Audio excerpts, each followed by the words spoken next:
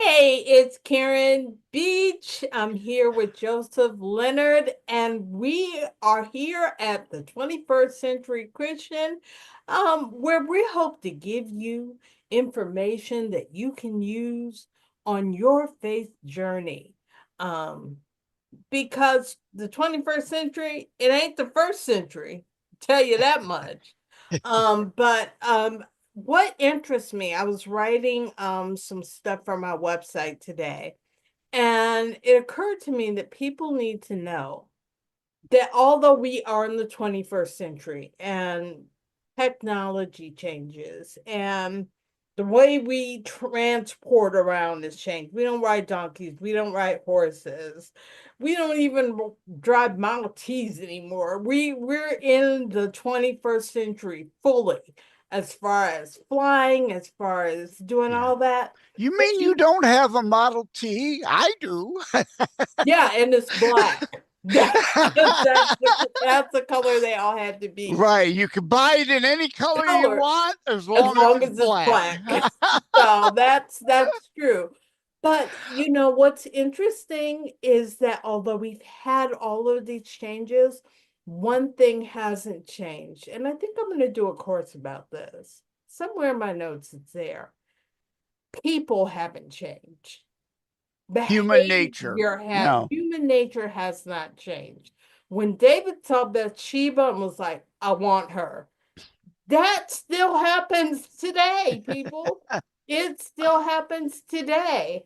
When the couple, and of course I can't think of their names now, were in the New Testament and they got greedy and kept the money that they were supposed to give to the church, guess what? People still keep money that belongs to the church. It still happens today. Everything that makes us who we are hasn't changed. And that's why the Bible is still so relevant. Um, I do courses on things that change. What do? We use sheep to go to sleep. We count them to go to sleep. Everybody's got at least one wool sweater.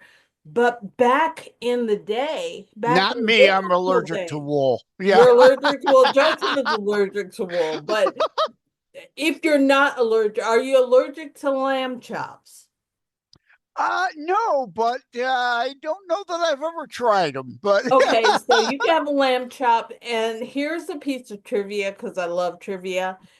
If you're eating a real bona fide shepherd's pie, it has lamb.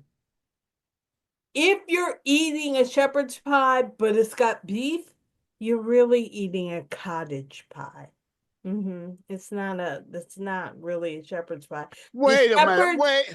do I shepherds was not expecting an education. You're going to make me think now. and you know what? This is what happens when former honors English girl, AP history girl grows up. This is what happens. You end up, I won money on a game show. Ooh, I kid you cool. not. I was a Cool. contestant on Who Wants to Be a Millionaire, and I won $100,000. Oh, cool. I could have won 250 if my dad and I had been on the same wavelength. We weren't. Um, it's funny because he takes longer in the bathroom than me. Or I guess I should you say took because now he's passed. But he I'm like, dude, I'm the one on TV. We're sharing the room and you've been in the bathroom for an hour. I kind of need to get in there because I'm the one the camera's going to be on, okay? But anyway, I don't know why I mentioned all that. Anyway, we're going to talk to Joseph about using your talents for God. And a lot of times, and how you can get your book published. Because a lot of us have a book within us. So we're going to talk about how you can get that book published. But regardless of what your talent is, you can use it to glorify God. And that may or may not mean ministry. For a lot of us, it doesn't mean ministry, and that's fine. but you can still glorify God. And we're going to talk about that with Joseph Lenard You today. can minister through books You like can I do. minister through books like Joseph does. So let's go ahead and get started talking to Joseph in a few minutes. But what I want to tell you right now is that this episode is brought to you by Concepts and Clarity. That's my company, y'all. And what I'm doing is I have 3 courses that I'm currently selling. Um, a course has 4 to 5 lessons. You get a lesson a week so you don't get overwhelmed. And with each video lesson, you get a handout that has all of the biblical verses that were mentioned, as well as questions that you can use for journaling. Or if you're doing this as a Bible study, they make great discussion questions. So you can head on over to conceptsandclarity.com and check out those courses all about those sheep, Jesus and money, and beyond Proverbs 31, because that's a perfect woman. And ladies, y'all know we're not perfect. So we talk No about such like thing. the real women in the Bible. Bet you didn't know that. Did you know we're entering into the holidays? And most people know that Jesus wasn't born in December. Chances are Right. he wasn't born. That's the Correct. pagan holiday they changed and said, oh, Jesus was born here. No, it wasn't. Mithras People actually was, yeah. people say there are 2 schools of thought. One is that Jesus was born in September, like me, and that he was born in September because of the Star of Bethlehem. A lot of astronomers think the Star of Bethlehem happened in September, and that maybe that's when Jesus was born. The other one, and I tend to believe this one, and of course you should believe it because I believe it. He was born in the spring because Because of the vegetation. because of Uh, the vegetation, because of the, Jesus is referred to as what? The Lamb of God. Lamb are normally born in the spring, and that would coincide his birth right. with the shepherds that saw him. The Yeah. shepherds would be in the field in the spring. Then, so chances are Jesus could have been born in the spring. Yeah. So But you're raising a perfect point and it fits with your show name. Uh Concepts and Clarity. What the exact day, December 25th, to celebrate there? Fine, no problem with it, right? It's the symbol.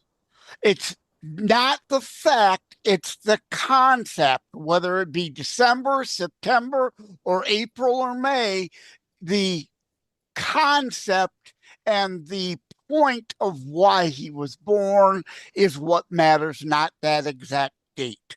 right, it's not the exact date, it's the fact that he was born. And when he was born, he fulfilled and his life fulfilled a number of prophecies, being born whenever he was born. Matthew 5:17. It it fulfills prophecy. So that's the important thing. A lot of people get worried about semantics. Well, he was born here. I can say that. I'm saying that as a fun fact, a piece of trivia. But the whether he was born in September, December, or March doesn't change the fact that he's still my Lord and Savior. It Yep. doesn't change the fact that he died for Amen. my sins. Amen. So we need to get beyond all of these little discrepancies. I know people, Yeah, people get hung up on the minute details rather than the bigger important picture. And they do. And that, I mean, like, I know a lot of people, as an African American, if you weren't watching me, maybe you weren't listening to me, maybe you didn't know that, but I am an African American. So as an African American, a lot of people get caught up on the race. I didn't realize you were black. I just thought that was a really good tan. But Yeah, just a joke. and really interesting here for Just a joke, people. Just a joke. but people get, I've noticed that if you go to a church in Japan, Jesus will look Japanese. If you go to a church in India, guess what Jesus is gonna look like? In the end, I don't think it matters at all.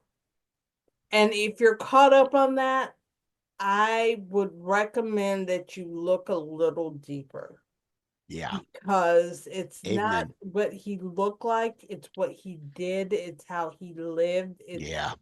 how he wanted us to live that matters, not everything else. But, oh, you know what I'm doing right now, people? I'm stepping off of my soapbox. I'm stepping off of my soapbox so that I can talk to Mr. Joseph M. Leonard. So And your tirade is done. my tirade is done. Until next, come back next week. Where I wish we had time to get to Joe, but too bad yeah, for him. yeah, because and another thing, no. Let's talk to Joseph because he's an author, and he's an author of 10 books. He's written books about everything. He's got a book about terrorism, but it's not really about terrorism. It's called Terror Strikes. He's Right. got books about writing and teaching you how to write and get your own book published. He's got all sorts of books. And I think, Joseph, the book of Kennedy, I think it would Yeah. be safe to say that you're using the talents that God gave you as an author. Trying to, yes. So tell me about your faith walk and a little bit Yeah. about how you started along Yeah. that path. Well, first I've got to clear up. I am Joseph M. Leonard. You can see the name at the top of the screen there if you're viewing on video. It looks French. It's not. It's Lenard, but it's Leonard, like without the O. Joseph M. Leonard, because there is a Joseph Lenard who is also another Christian author out of South Carolina. If you see on video, you can see Detroit in my background there. I'm Uh, sorry. I'm in the Michigan area. Yeah, I I'm am from not he. I am I'm not he. He is not me, and neither of us will be confused for Shakespeare. I was born and raised in Cleveland. So Oh, whenever oh, I hear Detroit, it, Cleveland sucks. hey now. I'm just playing. Oh, I'm just playing. and that concludes our session for today. Hey, hey, Dan Gilbert and your Cleveland Cavaliers wouldn't exist without our Dan Gilbert, who owns that team. So I'm just saying. So let's say, but go on about your faith walk. I'm sorry it was a walk through Detroit, but keep going. Yeah, I was born and raised in Southeast Michigan. I choose to say, even though I hate winters here, you know, it is what it is. Family, friends. I'm actually in Wyandotte, Michigan, named after the Wyandotte Indians. tribe Yeah. natives, yeah, that used to occupy the area. And it's homage. It's not appropriation. It's homage. We honor them and their spirit.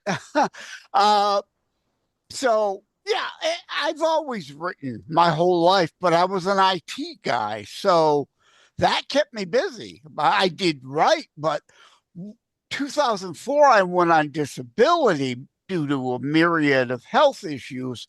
So I started thinking more seriously about my writing. And indeed, in 2022, Terror Strikes Coming Soon to a City Near You. Not a normal, fluffy, traditional Christian book, but it is a Christian book nonetheless. Not about death and destruction, but life and living. And then I'd be in 2022, that came out, my first internationally published book. And then a lot of people would ask me to come back and talk about writing. So this is the Kindle cover, how to write a book and get it published, hints, tips, and techniques. This is the print copy, which was my second international book. So How to indeed, write a book and get it published. yep, The name of the book. hints, tips, and techniques. Terror Strikes was an Amazon bestseller in multiple categories. So indeed, others, as you said before we hit record, everyone has a book in them. I try to help. Uh-oh, where'd you go? I try to help people get their book out. How to write it, the concept, outlining, writing, character, and scene development. What are your realistic publishing options? When you publish, you're not done. Marketing and promotion, what to expect out of reviews. Haters will always hate. The trolls, whether they read your book or not, will attack you and your book just because they hate you. Sadly, if you read a book and you like it, please, whether it's mine or anybody else's, go on to the site you bought it and leave a nice review. Most people who like books don't bother to do that. Right. But everybody that doesn't like your book. The haters love to spread, let me grab, this is the hardcover copy of the Book of Kennedy, Project Carpe Diem, one of my 2025 books, also Christian book, right? A modern telling about a modern woman in our modern world. Christian book, needing to sow positivity, but haters, right? I coined the term decades ago and share in this book, mass holes, right? The masses of asses out there, miserable POSs who love to be miserable and want everyone else to be miserable. They are quick to share their misery and attack others, right? So we need to counter that to make this fallen world at least a little bit better. I think we need to counter that, but I think in some cases, what I'm finding is that I need to distance myself from it Oh, because I get too involved in it. I mean, I got in a shouting match with online shouting match with somebody who went on my site and they saw that my husband actually is African. So he lives in Ghana and we're in the process of getting him over here. And he's like, well, your husband isn't going to get over here. And this, that, and I'm like, what? Why are we talking about Michael? He didn't have anything to do with this, but you went out of your way to find out something about me, a stranger, so that you can try to say something to me. And I yeah. don't understand that. And if people are going to do that, then maybe I need to step back. Well, we as Christians are supposed to love even our enemy. But you touch, even there's a line, I go into it in the Book of Kennedy, Project Carpe Diem, nothing to do with the Camelot clan. Kennedy happens to be the female lead's name, but right, some people make it so difficult to love them, and it's best to just love them from afar, right? Right. And that's we were discussing, and me and another group were discussing forgiveness. And I was telling them that when you forgive someone, that doesn't mean they have access back in your life the same way they did before. You can, I mean, there's someone I need to forgive, and I thought I forgave them, but then they went and did something else, and then I thought, Yeah. And that doesn't mean you give up earthly justice. If someone wrongs you against the law, assaults you, you can forgive them personally. That doesn't mean they shouldn't still be prosecuted to the full extent of earthly law and put behind bars. And that's true. Jesus said, turn the other cheek. He didn't say, always be a sucker, allow yourself to be abused again and again and again. He didn't say that. The whole Bible in full context. Yes, try to turn the other cheek, but if evil remains evil, you give them a second chance, but the evil keeps coming at you.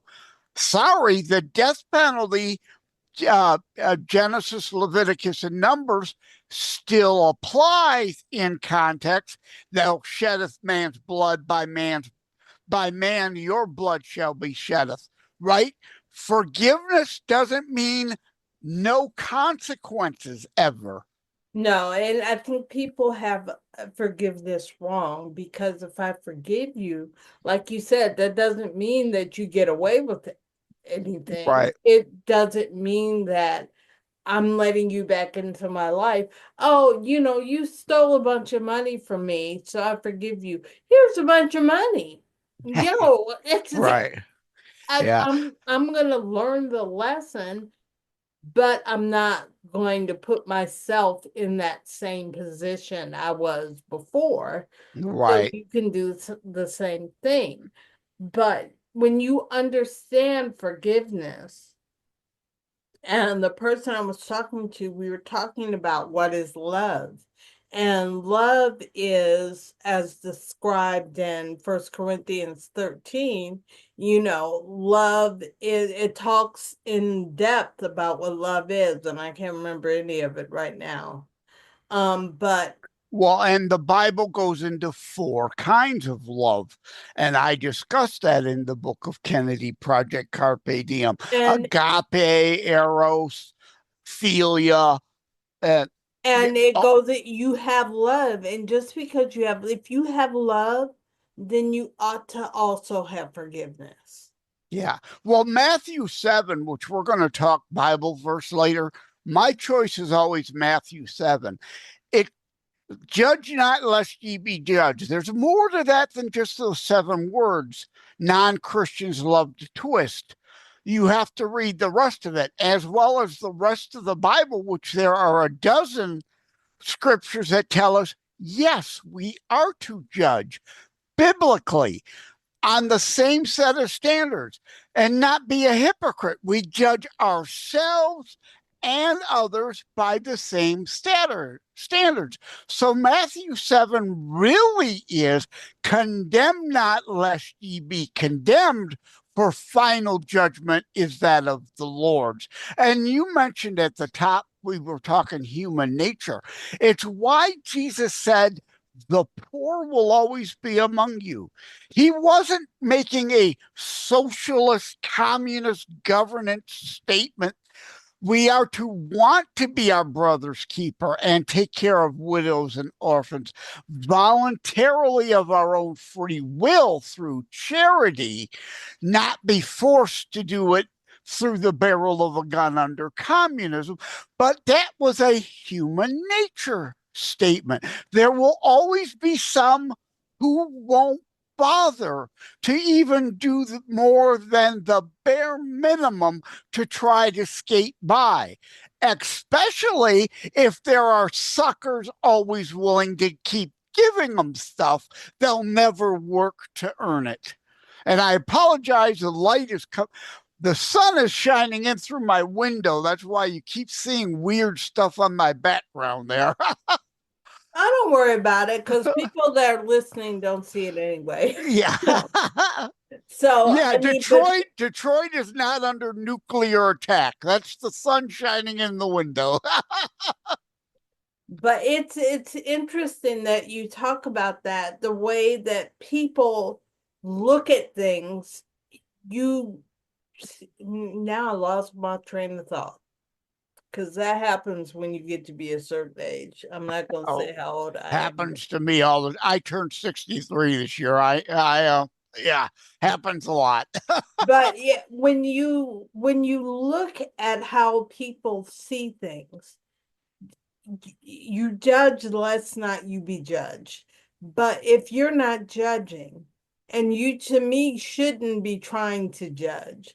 If someone needs help, I'm gonna help them. I'm not gonna sit there and say, "Oh, do you need Conditioning. help? What are you gonna do with this?" Da, da, da, Yeah. da, da. No, if you need help, I'm gonna help you. If I'm outside right now and you need a coat, you need a coat.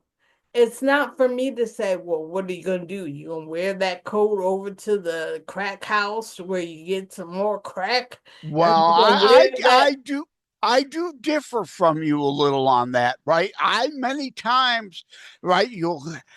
I'd be downtown Detroit, gonna go into the Hardee's years ago. Of course, now there's no Hardee's left around Michigan, but yeah, I need money for food. Oh, I'm going into Hardee's. Come on in, I'll buy you a burger. Oh, no, no, no, no. Yeah, no, if you're hungry, I'll help you get food, Right.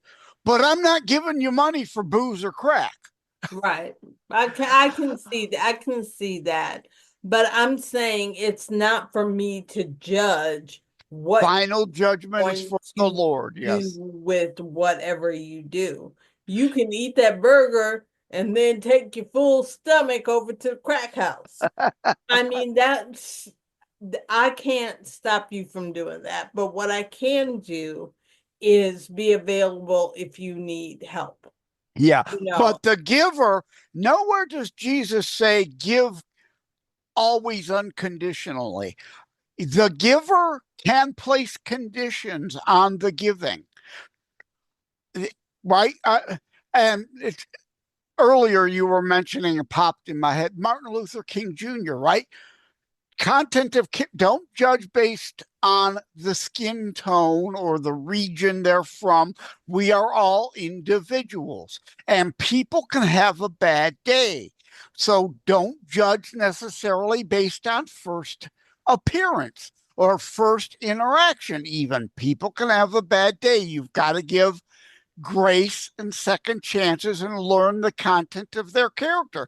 And if they're a good person, you treat them as a good person. If they show to be a bad person or evil, as Reagan used to say, trust but verify, as you kind of alluded, love them from afar, right? Be careful in your interactions. Again, turn the other cheek doesn't mean be a sucker. yeah, because I'm gonna turn the other cheek, but I saw what you did, and I know what you did, and so let's not think that I don't know. I'm making a choice to not pursue you, to not go after you. But as you said, if you broke the law and I decide to go after you, then there's nothing wrong with that because Right, you need to pay for what you did. right. Well, And there's nothing, Jesus said to not be our own vengeance either, right? That's why we have a Judeo Christian nation laws based on the Bible. Judge and jury, you are not to be judge, jury, and executioner. That is for the court systems. That is why we even give criminals rights, make sure they're guilty, prosecute them when they are, put them away if they're mass murderers. The death penalty applies. Fry them, hang them, shoot them, whatever. It still applies. Earthly justice still applies. I, as a Christian, am to want to forgive you, but again, that doesn't mean you escape consequences for your actions. right? And people need to realize that forgiveness isn't letting you off the hook. Forgiveness is, I'm not going to carry the weight that you put on me. But at the same time, you need to pay for what you did. Here's the thing. You're not going to catch me holding on to that, because if you hold on to it, your fist is closed. You can't get anything else.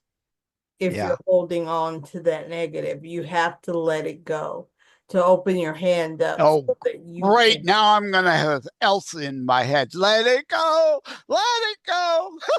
The rest of the day, the way my OCD brain works. But likewise, also, I go into it's either the Book of Kennedy, Project Carpe Diem, or a short story, A Lasting Legacy.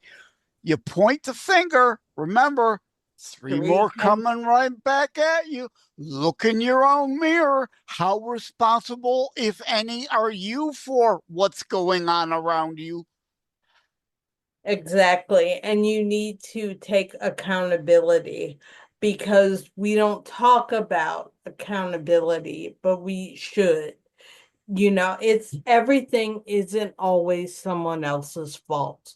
Victimhood mentality. Yep. We That, have to take control of what has gone on. And yes. that means that, you know, in the past 2 years, I've lost my house.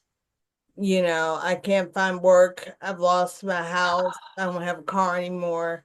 But honestly, if I'm thinking honestly about it, if I had been better at saving my money, this wouldn't have happened.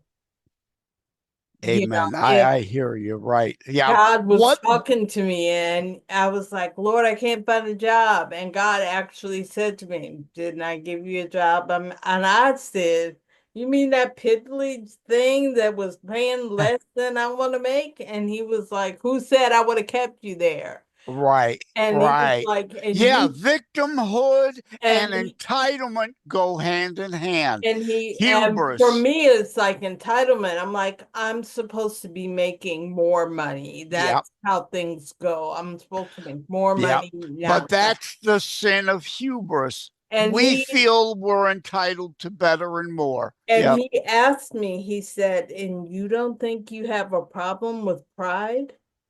exactly. Well, there's a And difference between I in my CTP3 book, there's a hubris chapter. There's a difference between pride and hubris. If little Johnny hits a walk-off home run at Little League, as a parent, you sure should be proud. Little Sally gets all A's on the report cards. Yes, be prideful and let her know how proud you are of her. But at work, you do something and then demand, oh, I deserve my salary to be doubled because I'm the only person on the planet could have handled that. That's hubris. There is a difference. yeah, and that there is a difference. And either way, I was doing the wrong thing, because I was when I got those job offers that were less, I'm like, "Psh, I'm Karen Beach. I've been doing this long. I'm good at what I do. I need to make this much money." And God was like, "Well, pull out your calculator."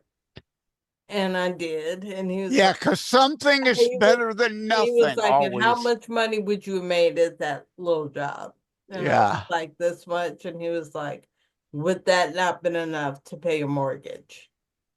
I was like, yeah, "Well, yeah," but he was like, "And would that not have been enough to take care of your final two car payments?" Was, yeah. yeah, but what did I'm like, okay, fine. You're right. Well, it's like me too. I'm right there with you. I am on disability. I'm barely getting by, but I'm getting by. I have a roof over my head, right? I have food in my belly. I'm being provided for. Do I want my six-figure IT career job back and have nice fancy cars. I had a Porsche at one time. I had a DeLorean. I've had two of them actually at one time. Right? Do I want those comforts? Heck yes, I do. Do I need them? No, I do not. Yeah, and it's a way you look at things and the way you process things. And I just did a blog that'll probably go up around the same time this show goes up, right around Thanksgiving. And I talked about having an attitude of gratitude. And having an attitude of gratitude doesn't mean you're faking gratitude. Oh, I'm so glad I lost my job. Oh, I'm so glad I don't have my house that I love anymore. No, that's fake. That's not real gratitude. But if you can find things to legitimately be grateful for, even if they're not big things, you will have those bigger things later. But you need to start by being grateful. I'm grateful right now, because I have my dog back. For a while we were separated, but now his little funky behind is with me. And and that's a good thing most of the time. Yep. Yeah, Oh, another kind of love between yeah, I us mean, and and our pets, right? he's there and we're together and I can hold him and he can lick my face, and that is something to be grateful for. Um, I'm in Cleveland right now. I don't want to be in Cleveland. I don't ever want to be in Cleveland. I mean, it's a great city. It's where I'm from, it's where I grew up, but I don't want to be cold. I'm from the South. I mean, I did a post on my Facebook and I said there's a difference between home and history. My history is in Cleveland. This is where I'm from. This is where I grew up. This is where I am right now. Charlotte, North Carolina is what I've chosen to be my home. That's where I get the support from. That's where I have the people that encourage me more. That is where I want to be. Like right now, I'm in Cleveland, which is where I'm from. So everybody would say, "Oh, you're home." I'm like, no.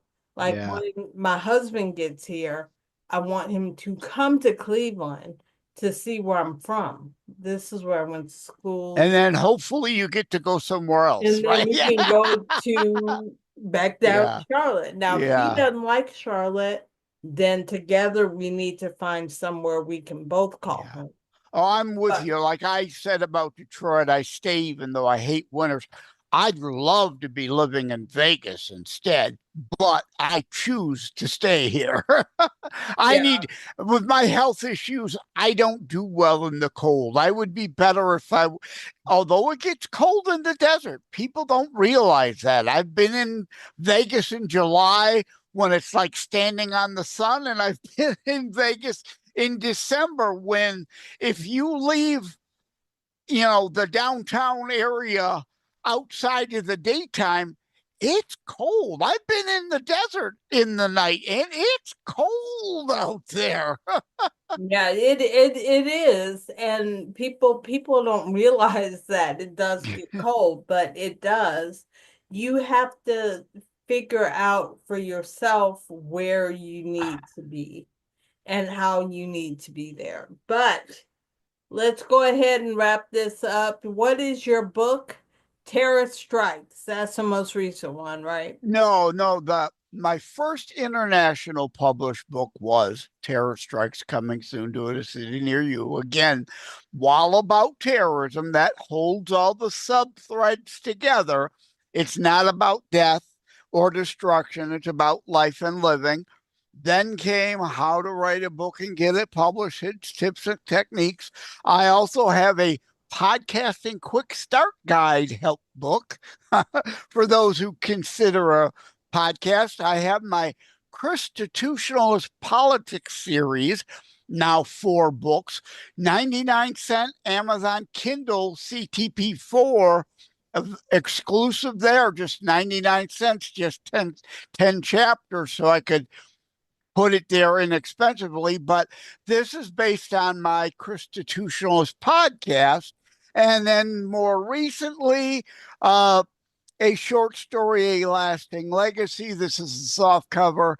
This is the hardcover, different covers, as well as the Book of Kennedy, Project Carpe Diem. Again, this is the hardcover.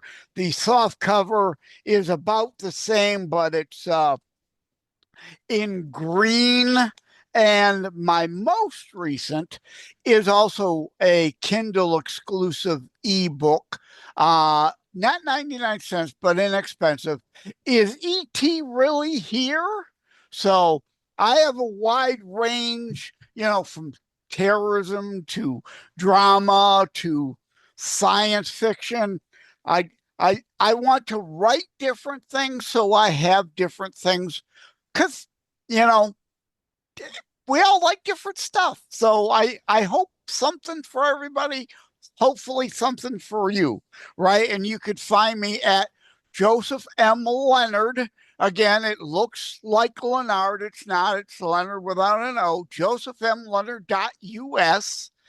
Put a /shop on there if you want to buy autographed copies, or tinyurl.com/JLD, short for J. Leonard Detroit, /GLD on Amazon. You find all my books there, of course. Again, this episode is brought to you by Concepts and Clarity. That is my company. We have 3 courses, 4 to 5 lessons that are for sale, all about those sheep, beyond Proverbs 31, and Jesus and money, because 25% of his parables deal with money and wealth. Why is that? We talk about it in the course. So go on over. Right. Oh, well, I'm glad you brought that up. One last thing, right? Jesus didn't say money is the root of all evil. He said the love of money is the root of all evil. And that's true. And he talks about money, and I'll give you a hint to what I talk about in the course, because people get money. People understand money. It's a tool. And so if you're talking about things like salvation and forgiveness that people may or may not get, they'll get money because they get what that does. So when Jesus talks about a master forgiving his servant for so much money, and then that servant going out and extorting money from someone else, it makes sense to someone. Now, if someone has forgiven you, shouldn't you be as equally forgiving? He put it in a money context because people get money. They understand. Right. It's a necessary tool of what it was in Jesus's time. And it is now. It will be forever. Although I read the Mark other of the day Beast that 30% of Gen Z thinks cash is cringe. Oh, that's again useful idiots to the Mark of the Beast. I disagree vehemently with Donald Trump eliminating the penny. I don't care. We can do things that stop making it out of nickel and copper coating. Let's make it out of tin and copper coat it so it doesn't cost 3 cents to make a 1 cent piece. But eliminating the penny makes him, in my opinion, a useful idiot to Satan, in that it hastens the mark of the beast, because you eliminate the penny. Well, then why not the nickel? Why not the dime?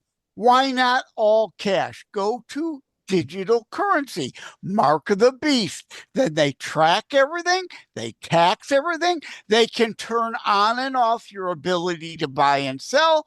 That the Bible warns us the mark of the beast is coming to. So, no, we must keep printing the penny. Okay.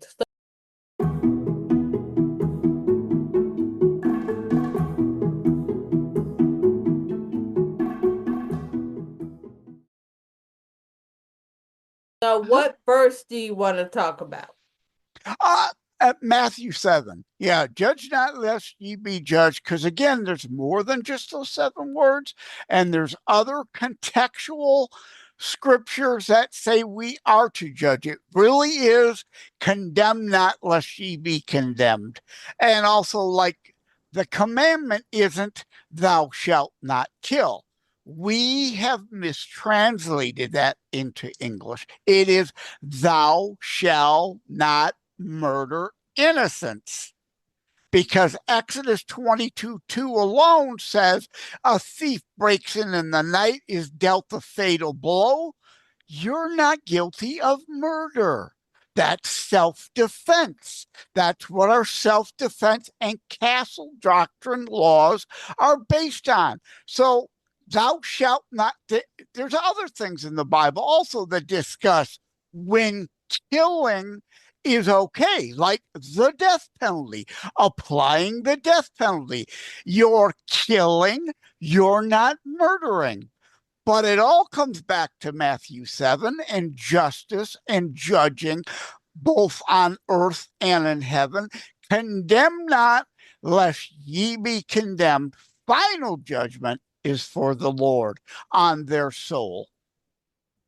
Well, that says it all, doesn't it? So I don't even have anything to add to that. But judge not, lest ye be judged. And there is more to that. And the way I like to encourage people Context. to read the Bible is if you have a verse, instead of cherry picking that verse, at least read the verse that comes before it and the verse that comes after it. But sometimes it Or can be read the several gospels over, right? whole That's the chapter context. to Right. get the real context. What you don't want to do is just read that one verse and Right. say, well, the Bible says, and one of my favorite verses is in Ephesians 5. I think it's verse 21, where women are told to submit to their husbands. It's like, Context but if matters. you read the verse that right above that, it says that both of you should be submitting to God. Exactly. Right. And The context is needed. that's the part that gets left out when you just read the Bible with that one verse. You need to read the verse before it, the verse after it, if not the whole chapter. So Absolutely. I Well, could talk to you all night, Joseph. let me Got add one one more last thing. thing. Like Matthew 7, I'm bringing up an image, a meme I like to share. Matthew 7, but John 7:24, judge with righteous judgment. John's 1 Corinthians 2:15-16, judge sin within the church. Judge false spirits in those who preach, blah, blah, blah, is in 2 Corinthians, Ephesians, Peter, Revelation.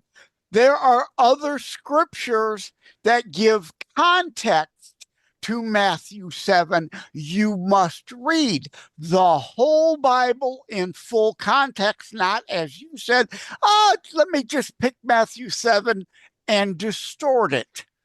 Right, exactly. You don't want to distort it. And you don't want to miss next week's 21st Century Christian because we'll have another guest. I don't know if he'll be as lively as Joseph Lenard is, but we'll try. And if you want to, if you feel so compelled, you can go to my Cash App, Karen with a Y, Karyn Beach. Why we don't know, but it's a Y. Why? What a Because bum, right? my parents wanted it that way. Yeah, Karen Beach, slightly different. Yeah. 921, as memorialized in song by Earth and Fire. Do you remember the 21st night of September? 9 Karen Beach 921, and donate to me if you want to. But you can listen. You can read the books of Joseph M. Lenard. You can find him and all his links in the show description. You can find those links there to get his books. Terror Strikes. You can get his books on publishing your own book. He's got a ton of books. The book Kennedy. You can get all of them and you can find them through my description, my show notes and show description. So, Joseph, thanks for coming on my little show. Thank you, Karen, for having me. It was a lot of fun. And yeah, I used to co-host Savaged Unfiltered. I was known as Raging Joe over there. You kind of got a little Raging Joe mixed in today.